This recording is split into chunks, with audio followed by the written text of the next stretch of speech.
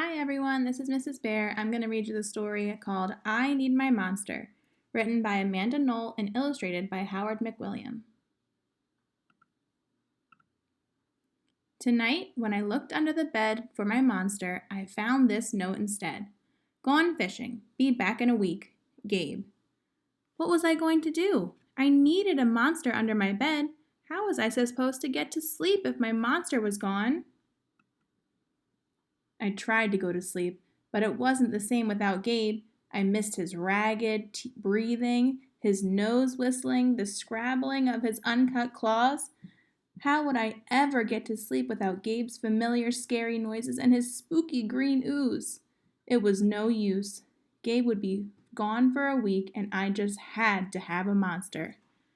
I climbed quietly out of my bed so my parents wouldn't hear me.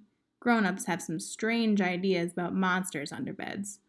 I knocked on the floorboards, then scrambled back under my covers.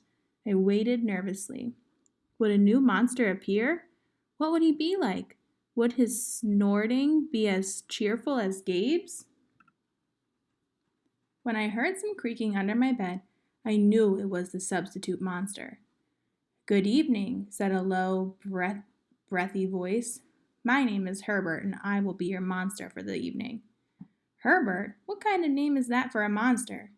You don't sound scary at all. Have you ever scared a kid before? Well, no, but I have read all the best books on the topic. Do you have long and scratchy claws? I asked. No, but I have an overbite, and I'm a mouth breather. Listen.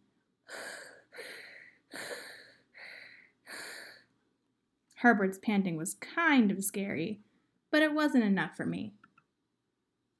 Listen, Herbert, I'm sorry. I don't think this is going to work. It's nothing personal, but I really need a monster with claws. Picky, Herbert complained. As you wish, I'll go. There was some more creaking, then Herbert was gone.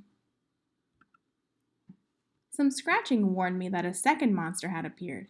Good evening, he said in a high, silky voice. My name is Ralph. I understand you need a monster with claws. If you would please lean over, I will hold out an arm for inspection. I crouched on the edge of the bed, hoping to see a horrible, shaggy arm with sharp, ragged nails. Instead, I was surprised to see sleeky, brushed fur with smooth, shiny claws. Excuse me, I don't mean to be rude, I asked. But is that nail polish on your claws? Yes, it is, Ralph replied. I believe professional monsters should always be well groomed. I could tell that this was not going to work either. I'm sorry to disappoint you, Ralph, but I need a monster with scary claws, like Gabe's, I thought.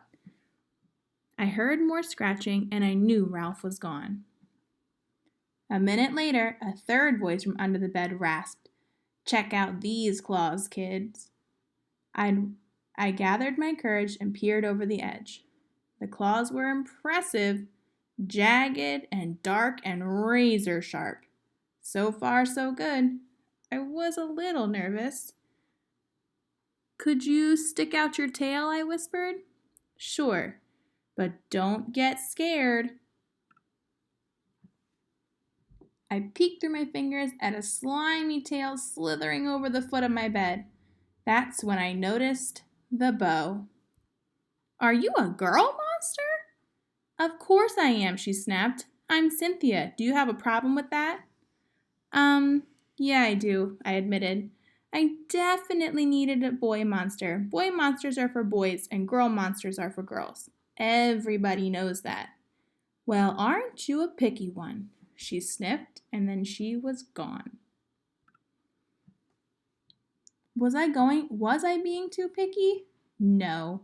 I knew that my monster needed to be well-clawed and menacing.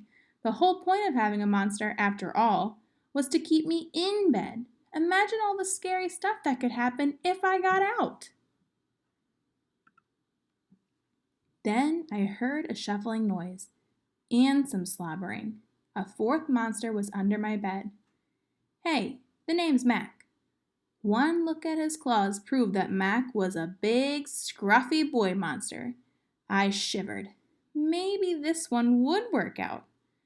Those are excellent claws, but do you have a long tail? I leaned over to see. No, my tail is stumpy, Max slurped, but I do have an unusually long tongue. Why would I be afraid of a long tongue? I asked. Oh, I don't know, he said, trying to sound terrifying. You never know when I might lick you. I fell back into the bed, laughing. Well, if you're not even going to try to work with me, Mac whined. I held in my giggles. I really don't think you should send me away, he warned. Kids who reject 5 monsters in one night? I did not reject 5 monsters tonight, I interrupted. My regular monster went fishing. Fishing, eh? Maybe he just left because you're so picky. Fine, I'm out of here. But I wouldn't expect another monster tonight if I were you. How was I ever going to sleep without my monster? I was surprised to hear more creaking under the bed. Loud creaking, with scratching. I thought no more monsters were going to appear tonight, I said. Sorry I'm late, kid. Whew, it was Gabe. I thought I would enjoy fishing, but I didn't, he explained. Those fish scare too easily. No challenge at all. You, however, are challenging, my friend. You're almost too old to be afraid of monsters. You keep me on my toes. Ah, toes. A delicious snack. The bed quivered as Gabe's stomach rumbled with hunger. Now, if you don't mind, I'd like to start the evening with an ominous puddle of drool. I peeked over the edge of the bed. Green ooze spread soundlessly from underneath. Then the bed trembled again. Gabe unfurled his spiked tail. He was daring me to guess where he might pop up. I shivered. So, you had some substitute monsters tonight, Gabe said, on my bedpost. Were you scared? Then Gabe started tapping. I could tell he wanted to know if I still needed him. No other monsters can stare me like you, I giggled, diving under my covers and pulling them up tight. Through the blanket, I heard Gabe's soft, comforting snorts. Ha! I knew it. We're made for each other, he growled.